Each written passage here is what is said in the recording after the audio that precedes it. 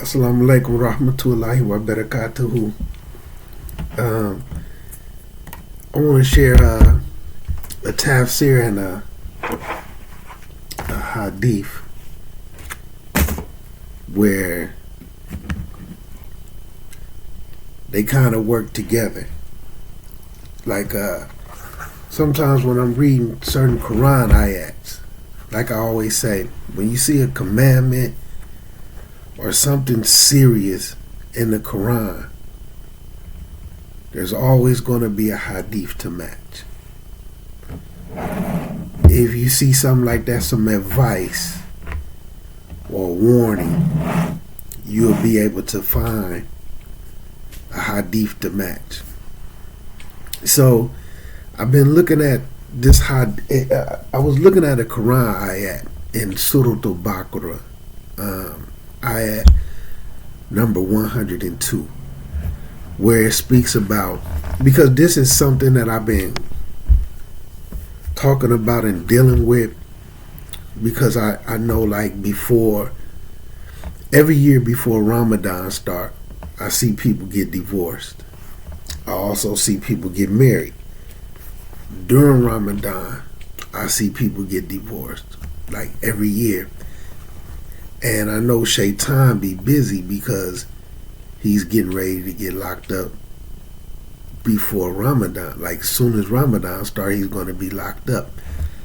So sometimes he set people on a path before Ramadan, and if they can't turn away from that path, they'll usually be still up on that path when Ramadan starts.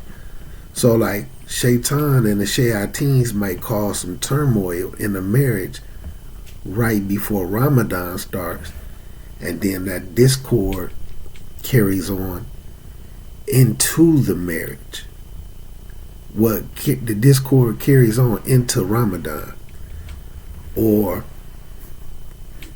the divorce happened before Ramadan, and then now two people married, and it might be like the first divorce.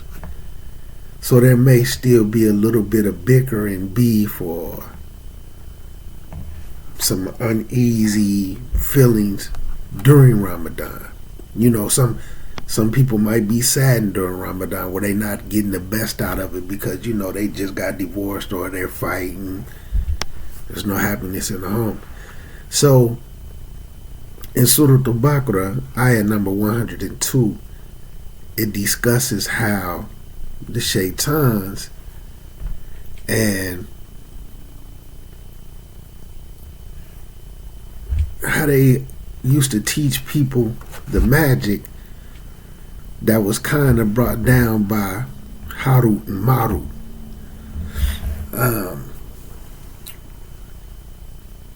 And the things that, you know, what they was doing during the times of Suleiman or Solomon, however you want to pronounce it.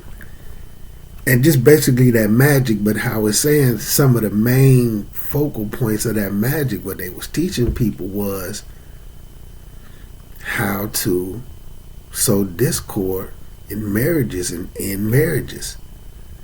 This is one of the main things. They taught people how to ruin marriages.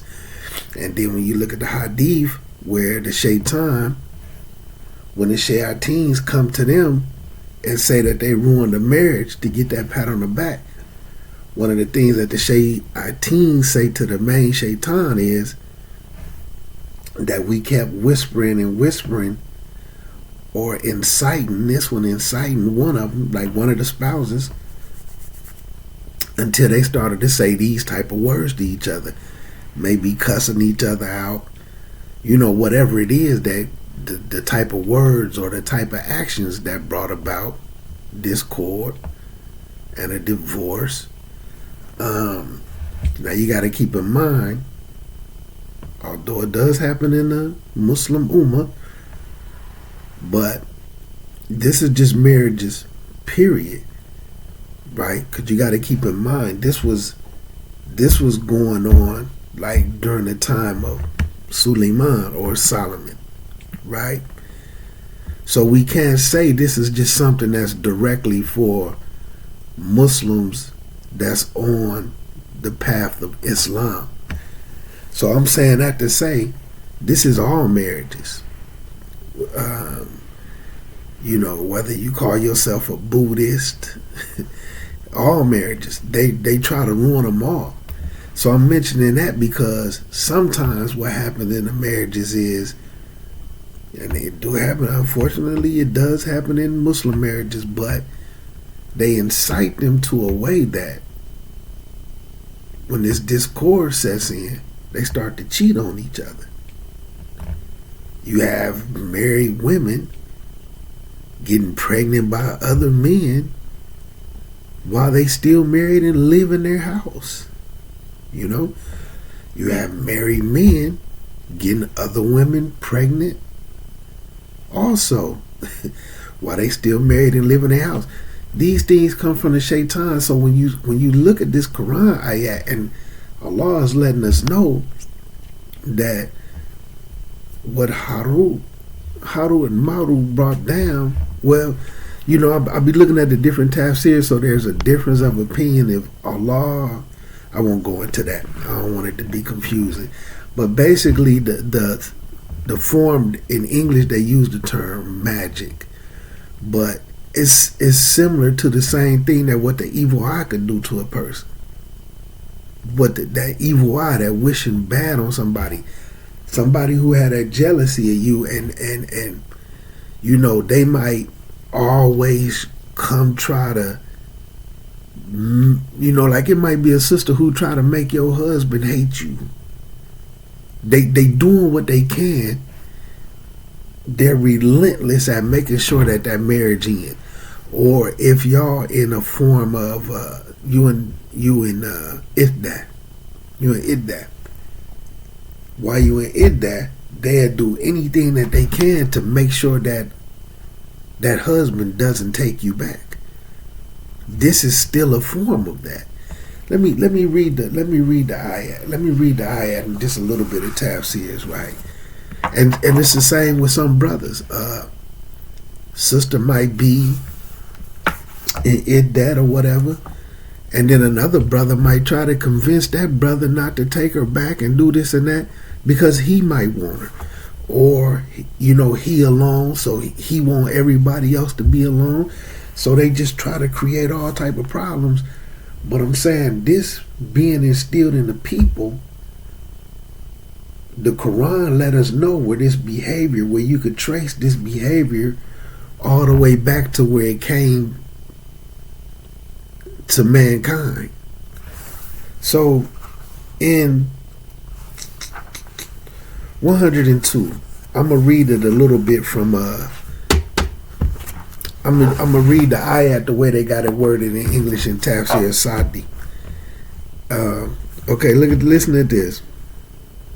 I'm gonna start with ayat number 101, Surah 2, ayat number 101.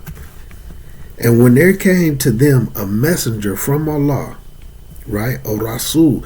So this is more than a prophet, because this is somebody that's bringing a message, a book, some new laws, something. So when a messenger is coming to them, they not only is they rejecting the messenger, they're rejecting the message. Not just like there's a difference between a prophet and a messenger.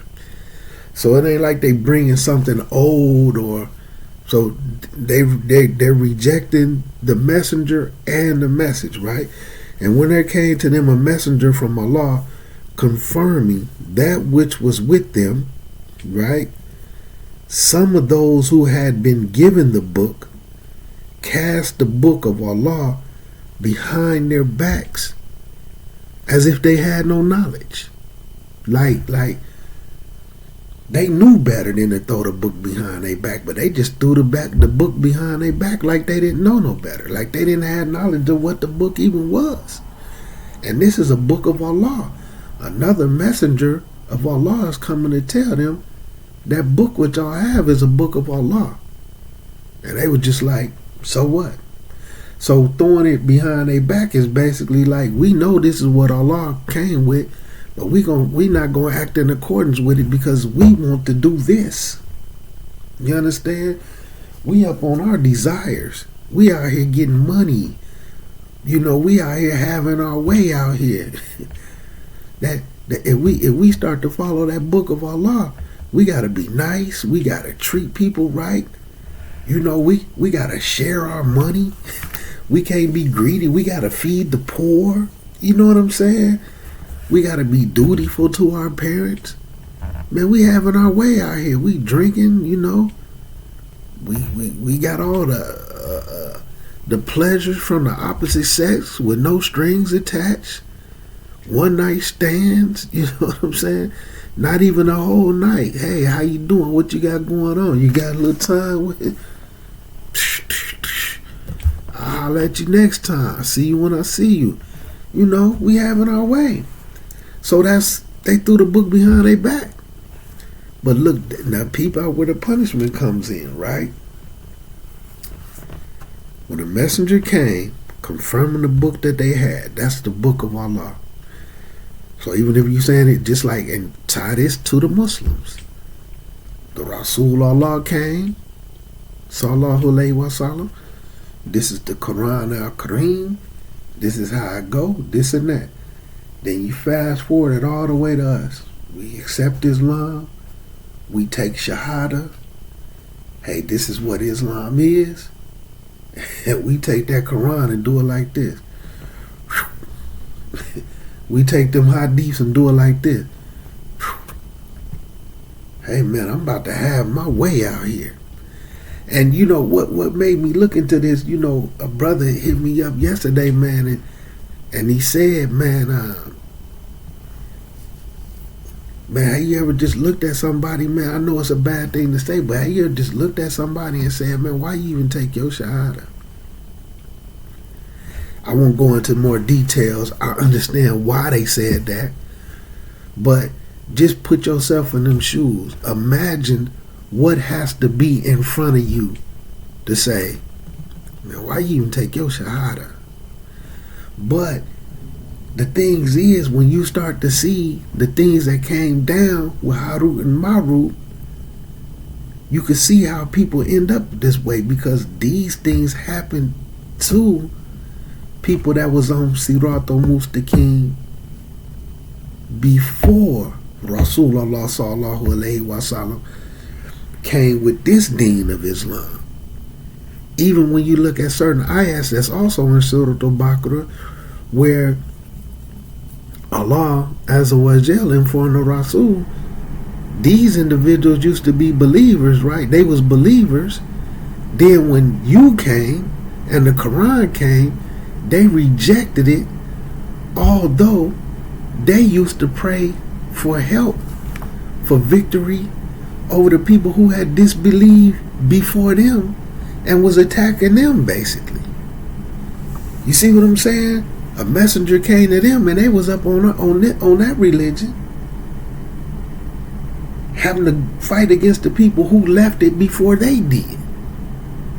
Now that you done came to clean up what they got going on, although they prayed for victory to Allah for the people that was before them, now they doing the exact same thing to the Muslims that was done to them. So you got to follow this train of thought. So check it out. So by them doing what they did, right? They threw the book of Allah behind their backs as if they had no knowledge, and they followed that which the devils used to recite. And it's basically they put in parentheses the books of magic, right? During the time of Suleiman. So instead, they threw the books of Allah behind their back and started to delve into what the Shaytans was doing. Basically, the books of the Shaytan. Cursing, putting curses on people,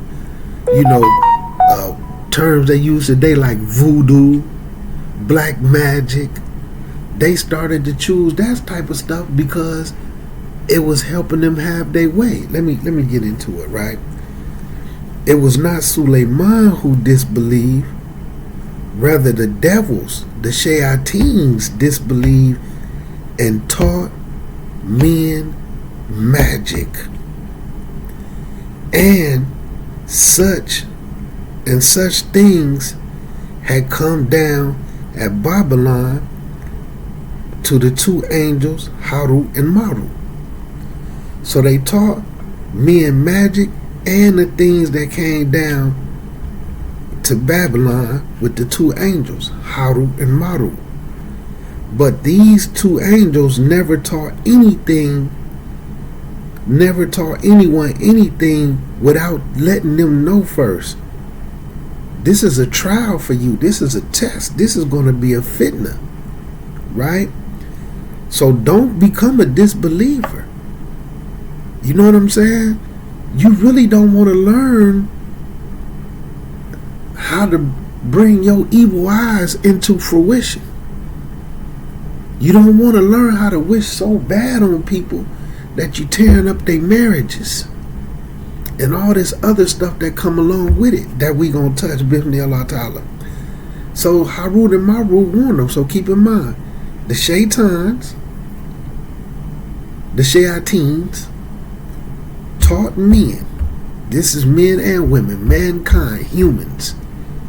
They taught humans magic, not like doing tricks like making a quarter disappear. You know what I'm saying? Your black magic, where they use terminologies like casting spells on people. You know, that type of stuff they call magic, like them people you see in movies where they take somebody's hair and boil it and put wax on it and form it into a human and put pins in it, and those type of magics, casting spells, curses. So look, it say so Harut and Marut, and then they taught them that magic and the stuff that came with Harut and Marut. But Harut and Marut warned the people, don't play with this. This is just a test for you. You're gonna ruin yourself, right? So we are but a trial, so do not disbelieve.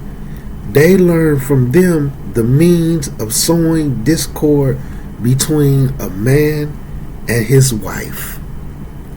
So look at those two things, bringing it down to a lower level.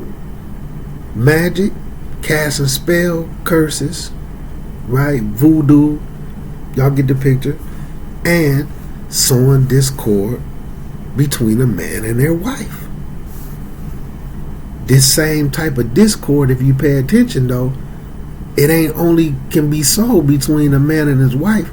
It can be the same discord can be happening between parent and children, siblings, brothers and sisters, cousins, aunts and uncles, best friends, Muslim Ummah. It trickles down. This same thing can be put into the heart amongst all people, right? And they could not harm anybody. Although they learned this stuff, they really couldn't harm anybody except by Allah's leave. Now, key point.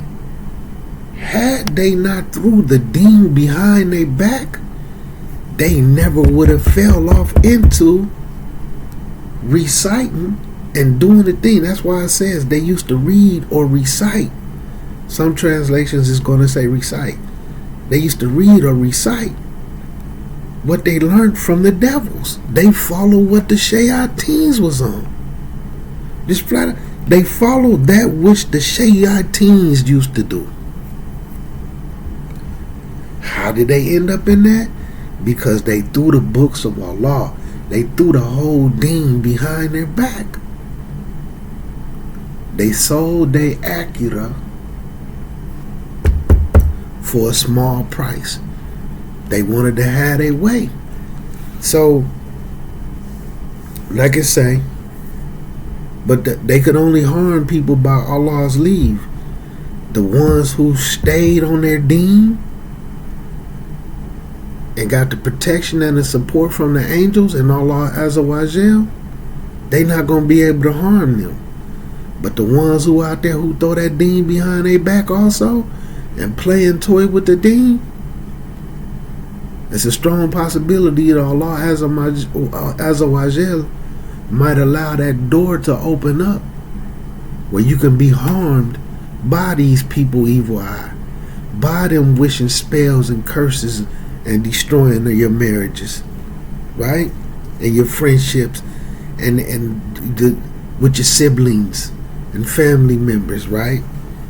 So look, and then it says they learned that which harmed them and did not benefit them, knowing full well that whoever dealt in this behavior, evil eye, casting spells, curses, destroying marriages, whoever fell into this will have no share in the hereafter. So although it make them feel good, yeah, I'm gonna tear up your marriage, but it's costing you your hereafter. And this is where I was saying to one of the brothers a few weeks ago, some of the people, man, who have some type of disease in their heart and they feel like they causing problems for others and breaking up classes or friendships and marriages,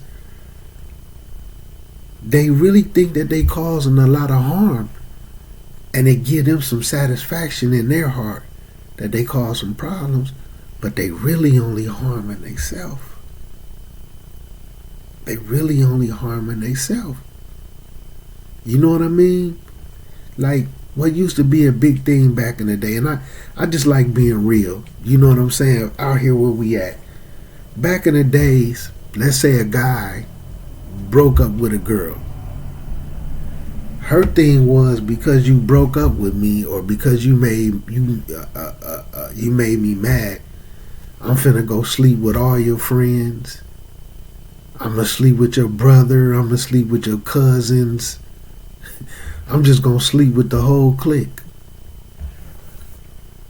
You ain't hurting nobody but yourself. Then later on in life, after you done tore up your reputation, now you want somebody to settle down and be in love with you. But in their head, man, if I upset you, ain't gonna do nothing but sleep with the guys. These are the type of things you ain't doing nothing but hurting yourself. Some of the guys who get to feeling some type of way and they go do something and act a fool and not even successful in what they try to do, but then they end up in the penitentiary. Made me mad. I feel some type of way, so I'm finna go out here and just shoot up all these buildings and cars. End up in the penitentiary. Sometimes you ain't hurting nothing but yourself. This is the same way. Although they feel like, okay, cool, we casting spells, we putting the evil eye on people, messing up marriages, messing up friendships, we harming ourselves. Because just know, the book of Allah is making it clear. You ain't going to have no share of good in the hereafter. Right? So it says, how wretched was the price of what they sold their souls if they only knew. So I just want to touch the Tafsirs a little bit, right? When it says, when the noble messenger brought them this great book that was based on truth and was in harmony with that which they had, that was at a time when they claimed to be adhering to the scripture, but when they disbelieved in the messenger, sallallahu alaihi wasallam, and that which he brought, some of those who had been given the book cast the book of Allah, which had been sent down to them behind their backs, and it's saying they showed no interest in it. They claimed this was their religion, they was on this deen, but they showed no interest in it. They didn't want to study, they didn't want to learn it, they didn't want to implement it. Outside of the aspects of what made them look cool. Hey, we the Hebrews. Hey, we the Muslims. We the Moors. But we the same ones out there on the streets kicking up all the dust. Right? They show no interest in it. This description is more emphatic than saying that they turned away from it. By doing this, it was as if they were among the ignorant, when in fact they were well aware that this deen was the truth. They knew it was the truth. So that's why I'm saying it was, when they say that it was like they threw it behind their back, like they didn't have no knowledge, like it's saying, like basically like they was the ignorant, but they wasn't that, because they knew it was the truth. Kind of like what you starting to see in Islam. I know Islam is the truth, right? But I'm having my way out here. Take that book. I'm about to have my way, right? Thus it becomes clear that this group among the people of the book were not adhering to anything.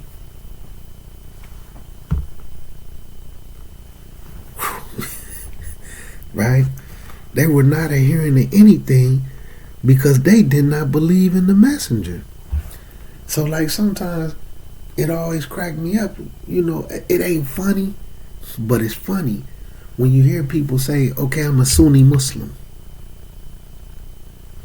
But you don't deal with anything from the Sunnah. You don't want to learn no hadiths. You don't want to read no books of hadiths. You just calling yourself a Sunni Muslim. The Rasul say do this and this and that. How do you really believe in them when you do this? Take them books of hadiths.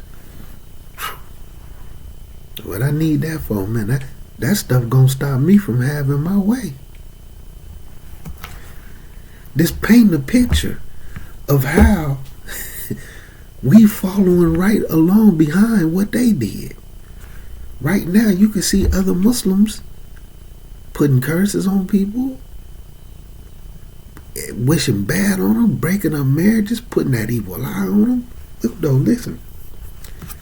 Hence, their disbelief in him was tantamount to disbelief in their own scriptures, but they did not realize that. Now, this is the important part. And watch when I give y'all the hadith. It is a regular part of Allah's decree, the qadr of Allah.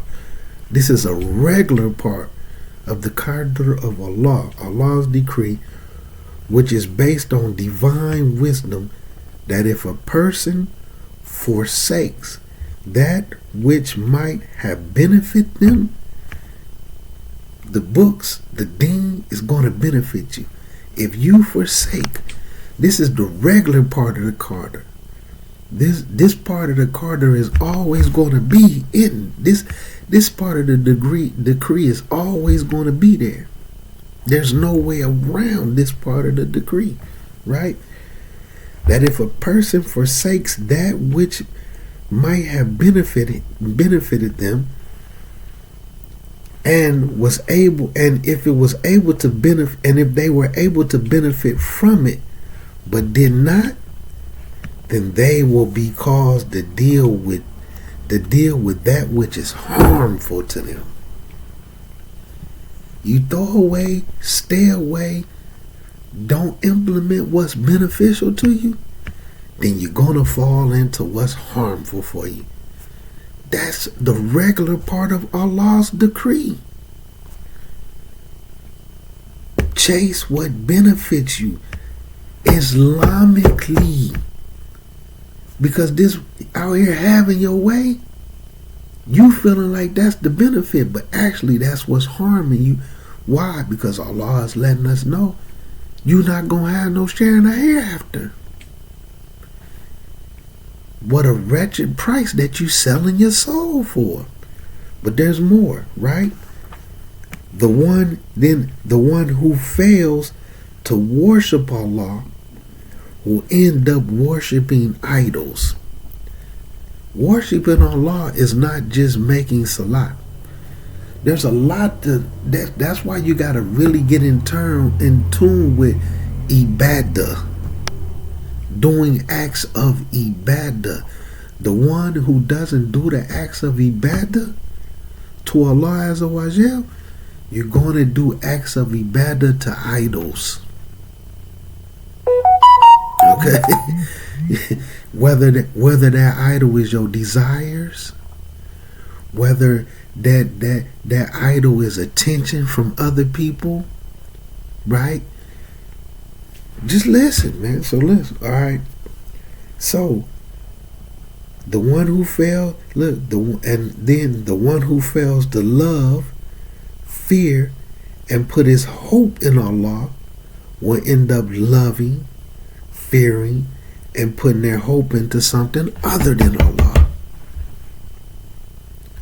On one side, there's good, there's khair. On the other side, a'udhu billah. Right? So listen to it, right? And the one who fails to spend their wealth in obedience to Allah will spend their wealth in obedience to the Shaytan. That's kind of like what I'm talking about in one of them fitna videos. I'm really talking about it a lot, where people wasting their money toying with this riba and all this, and they trying to impress other people.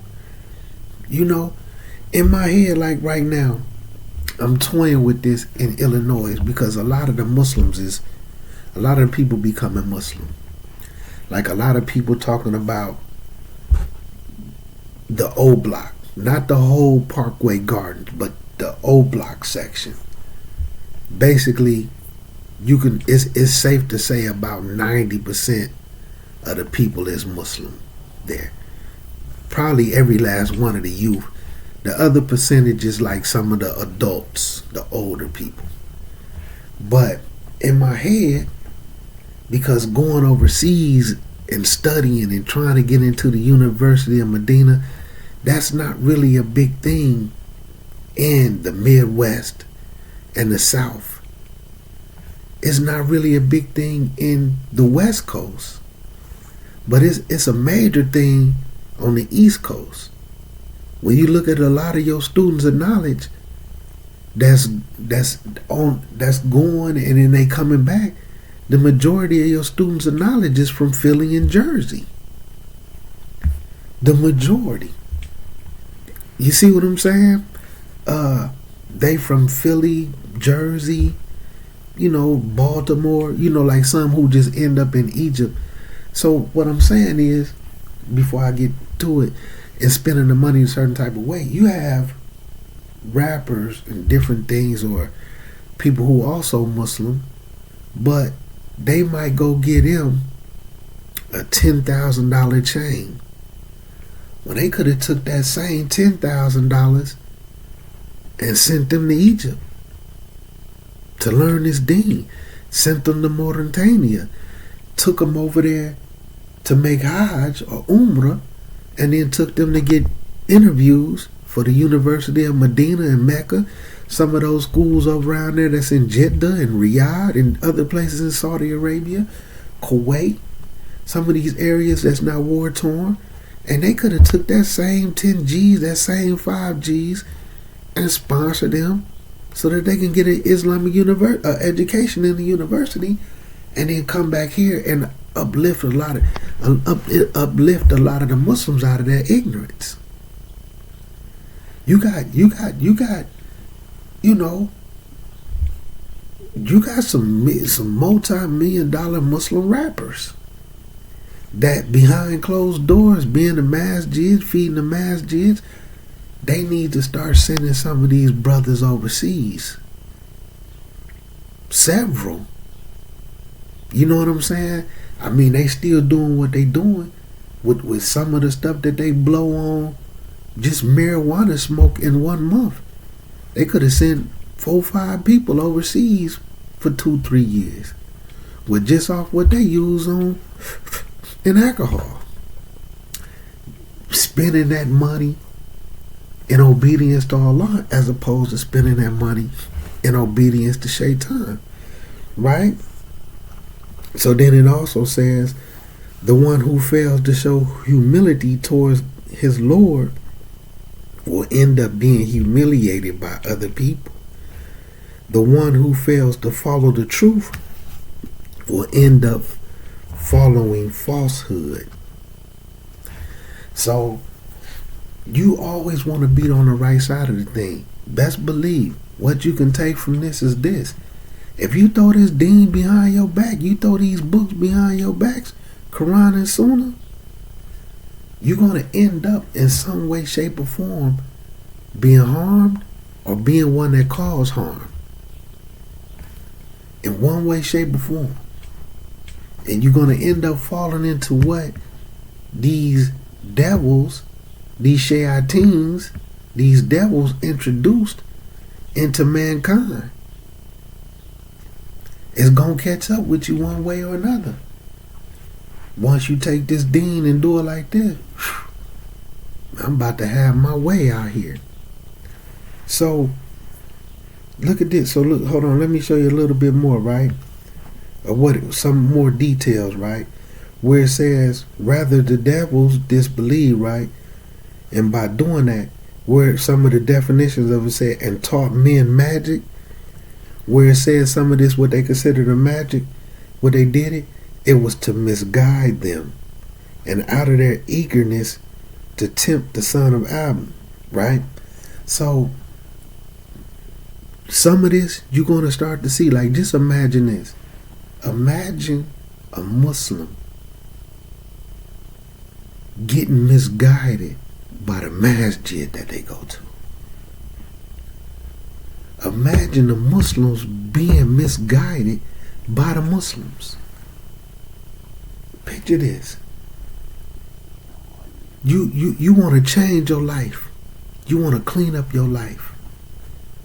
You go to a masjid and bump into a Muslim that take you out on the street, put some drugs in your hand to get money, some marijuana and alcohol, the so-called get your mind right, and then a dirty pistol to protect yourself. That's misguidance. That's doing the work of the Shaytan. You want to clean up your life.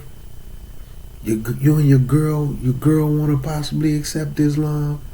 You want to sit down and do the married thing. You come to the masjid, and then some Muslims start telling you, man, you ain't got to get married. It's okay to have girlfriends as long as you top bleaking them. That's misguidance. This stuff come from the Shaytan, the Shayatins. But let me, now this is Tafsir Sakti, right?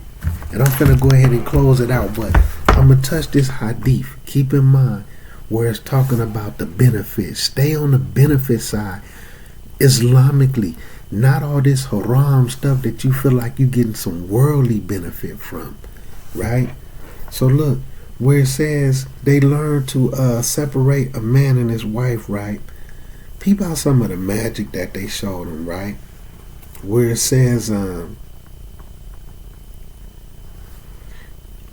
where the Harut and Marut, when they used to warn the people, we just a test. This stuff is a test. Don't indulge in this. I'm warning you to not learn this from us because you're going to harm ourselves, right? It says if the people refuse to go away from them, they would say, go to this pile of ashes. Now, they don't necessarily say I might have to dig into some more deeper books, but it would be a pile of ashes. So they would tell these individuals, go to the pile of ashes and urinate on it. Don't that sound like some voodoo, black magic stuff, right? Go to the pile of ashes and urinate on it. And when this person would urinate on it, a light would leave them. Look, a light would leave them shining on the way up to the heavens. That light that started to leave them, it was their iman. As soon as they went over there and urinated on them ashes, because they wanted to learn this black magic and how to break up marriages and friendships and family ties, As soon as they started urinate on them ashes, that light of Iman just left and started to ascend to the heavens. Now look what it says. Then a black smoke would emerge from it and enter into their ears. This black smoke was disbelief. So they done traded Iman for Kufr. They done traded Iman for Kufr. Right? When he told them what he had seen, then they would teach them how to separate a man and his wife. Y'all traded your Iman in just to break up a marriage? Well, imagine how sick you got to be. I'm finna trade in everything I got going on with Allah Azza wa Jal just to be able to break up marriages and friendships and brotherhoods, family ties, kinships. You gonna trade it in just to be a goofy? Alhamdulillah. It says one group believed that the sorcerer cannot do more than cause separation, as Allah Azza wa Jal mentioned here, because Allah mentions that when he criticized sorcery and the aim of learning it is that they have been able to do more than that, they say Allah would have mentioned it. Another group say that separating a man from his wife is the most common application of this black magic, sorcery, curses, evil eye, right? Ironing people. You gonna trade in your Iman just to put the iron on people? Trading it all in to be a goofy. So it says it was the most common application of this magic and does not preclude magic of other kinds, like causing love and hatred, right? Causing evil to part a man from their wife and to come between a man and his own heart. When you sitting around now, your own heart is afflicted. You in conflict with your own self, right? And this includes pains and illnesses, literal pains in the bodies. Illnesses is basically sicknesses of all types, even mediocre stuff, man. Asthma, bad eyes, deficiencies in hearing, arthritises, alopecias, stomach aches, right? And all of that can be witnessed, and denying it is pure obstinacy. So it go more into a little bit more of the disciplines and the punishments and ill fame that's attached to them, but it's making it clear, once you start to make this conscious decision to be to what I'm going to refer to as a goofy, you lose in your hereafter. That's what the Quran ayah said. Those who choose to participate in this, there be no share of the good for them in the hereafter. You got to choose that which benefits you. So with me looking at this right here, right, I like to tie my stuff to a hadith, or if I come across the hadith, I like to tie it to a Quran ayah. So from the hadith, if just some extra motivation of the benefits that should come from that, stick to what's benefiting you, man. Islamically, not worldly. Don't take the deen Don't take the book, Quran, and the hadiths and throw it behind your back. And as y'all can see, when I be coming through and dealing with it, like right now, Tafsirs, we coming from the Quran. And then the Sunnah, we coming from the hadiths. Not like a little manhaj book, which I do them too, but we got to get more into the Quran and the Sunnah, man, these Tafsirs and hadiths. So the hadith that I want to use to tie to it with the advice, prophetic advice, right? It was narrated that Abu Hurairah said, the messenger of Allah sallallahu alayhi wasallam said, the strong believer is better and more beloved to Allah than the weak believer, although both are good. It's better to be a strong believer though, because you're more beloved by Allah, right? But although both are good, here comes the advice. Strive for that which will benefit you. Islamically, not out here trying to have your way, fulfilling desires and reputations and looking cool for the kuffar. Strive for that which benefits you. Don't throw the book behind your back. Put the book on that table, get into it, look at that, like just what I read, take that out that book and implement it. That's what I'm going to do. Then come look at the hadith that also put emphasis on striving for what benefits you, because you see where it breaks down. For the one who does not indulge in that which benefits them, they're going to end up overindulging in that which is harmful and that which is going to harm them. Quran, Sunnah. Take it up off of there and put it in your life. So it further says that strive for that which will benefit you and seek help from Allah and don't feel helpless. Seek help from Allah. Strive for what benefits you. Seek help from Allah and don't feel helpless. No matter how hard the situation get, never feel helpless.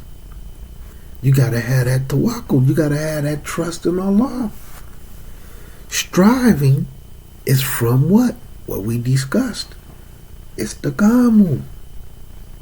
Striving is from istiqamu, being steadfast, firm, upright, righteous, maintaining it, moving forward with it, standing on business.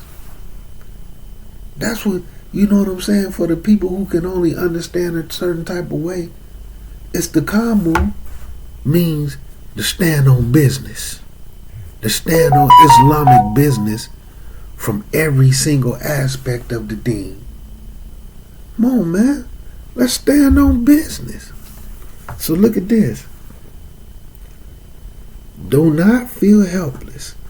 And if anything befalls you, right?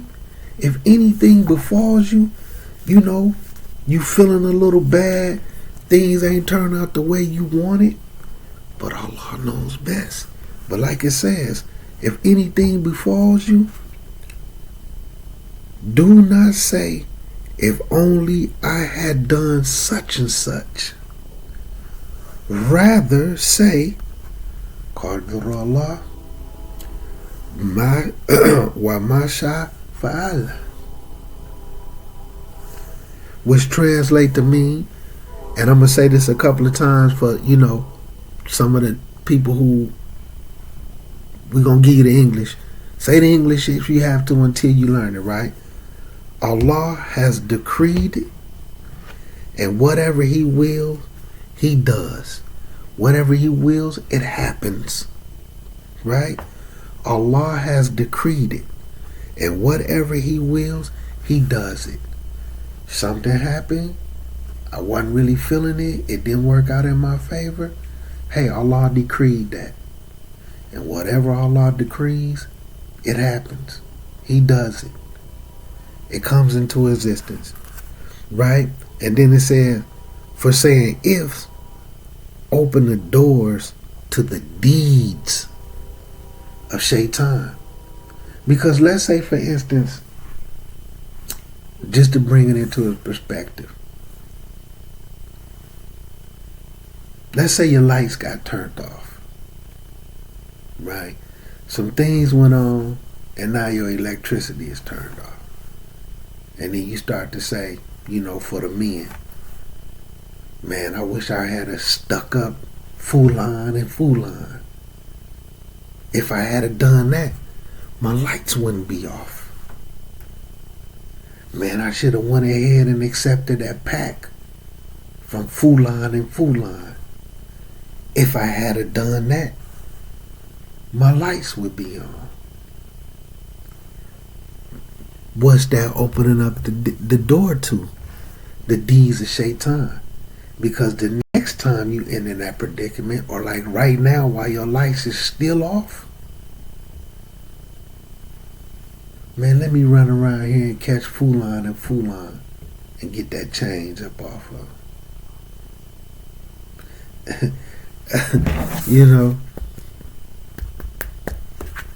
Hey, you still got that pack? I'm on my way through there. And then you never know what it might lead to.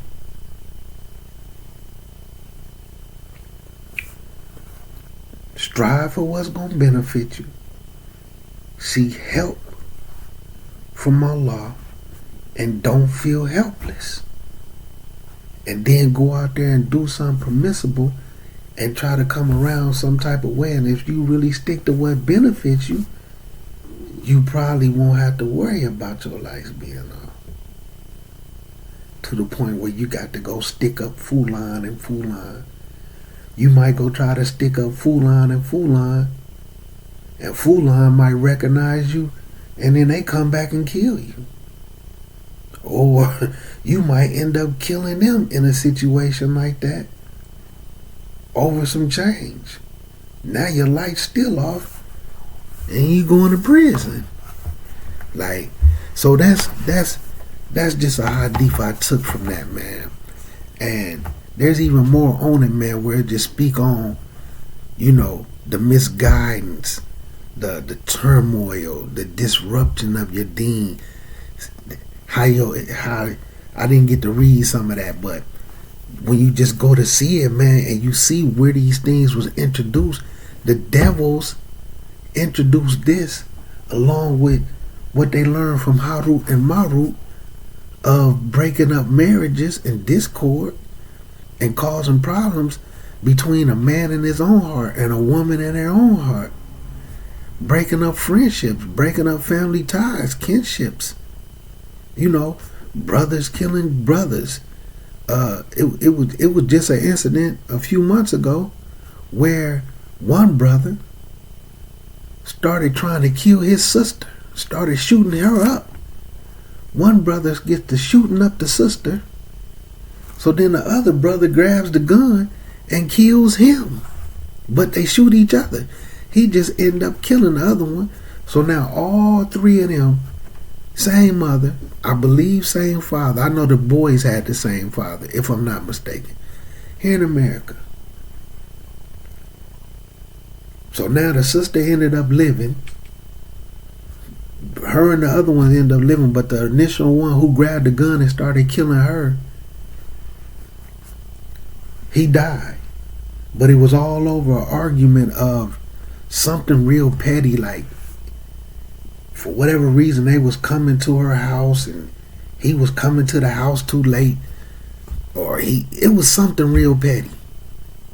But this is what I'm talking about, where that type of stuff is incited in them. One brother started killing his own sister. He tried to kill her, he shot her up. The other brother, had the other brother not start shooting him up, he probably would have killed her. Probably would have killed him too, because he watched him kill her. So he had to kill him, his own brother. These things come from the Shaytan, man. Quran al-Kareem give it to us. So strive for what benefits you Islamically in this deen. Quit throwing that deen behind your back, man. Quit taking the book of Allah, doing it like this, because you're trying to have your way out here. It's only going to take from your akira, man. It's only going to take from your akira. Assalamu alaikum rahmatullahi wa barakatuhu. Anything I said that was a mistake came from myself and the Shaytan. Anything that I said that was correct came from Allah Azza wa Jalla Muqtadir Walaleen. And like anybody, man, who around in the city, around here, just like, because that's the conversation I've been pushing, man. Just like I told the young brothers up there, the first day I went up there to start teaching the class, I really want to inspire one of y'all to go overseas, man. It ain't no sense in y'all becoming like the rest of these knuckleheads around here, man. Somebody need to get over overseas. Egypt, Saudi Arabia, and anybody up there, man, you know what I'm saying? The Chicago area, Illinois, Missouri, in the Midwest, Detroit, anywhere in the Midwest. Man, we got to start getting these young brothers overseas, man. We got to start getting them overseas, man. We got to start getting into Egypt, man. You know what I'm saying? We got to get into Egypt, Kuwait, Sudan, Mauritania, the Gambia. Something, man. We got to get over there and bring that education here, man. We got to, you know what I'm saying? Like, come on, man. We got to get it. We got to start standing on business, man. All this goofy Muslim drug dealing, rapping, being, you know what I'm saying? Some of these rappers, man, you know, no knock to them, man, but you could take one of their necklace off some of them.